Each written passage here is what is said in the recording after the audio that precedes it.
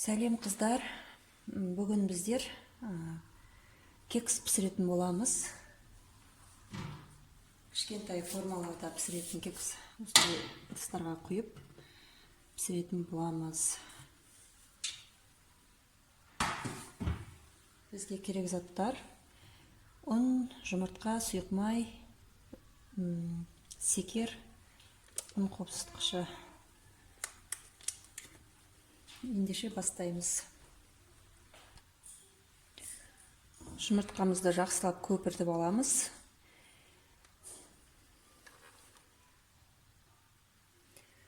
Жұмыртқамызды көпіртіп алдым. Енді сұйық майын,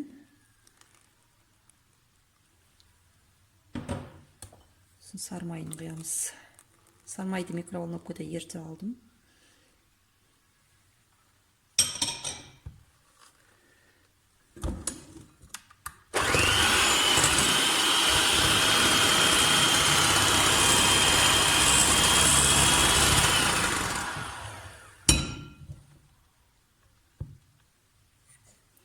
Енді ұнын араластыратын боламыз.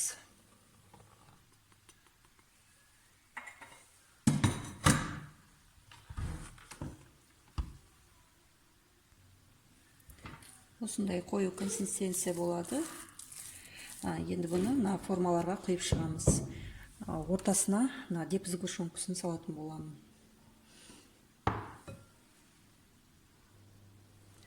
Осылай дайындап алып, ортасына сгущенкасын құйып шығамыз. Сосын үстіне қайталап тағы да тестісінен құятын боламыз. Осылай құйып алдым бәрін.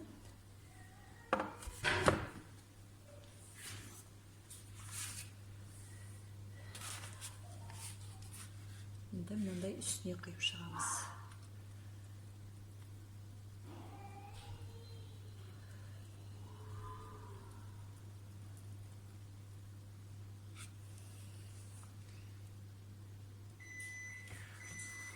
Осылай болды, енді пешке жібереміз. Қыздар, мінекей біздің кекстеріміз пісіп дайын болды. Осылай болып шықты. Өте дәмді болады. Оңай әрі жылдам дайындалады. Сіздер де дайындап көріңіздер.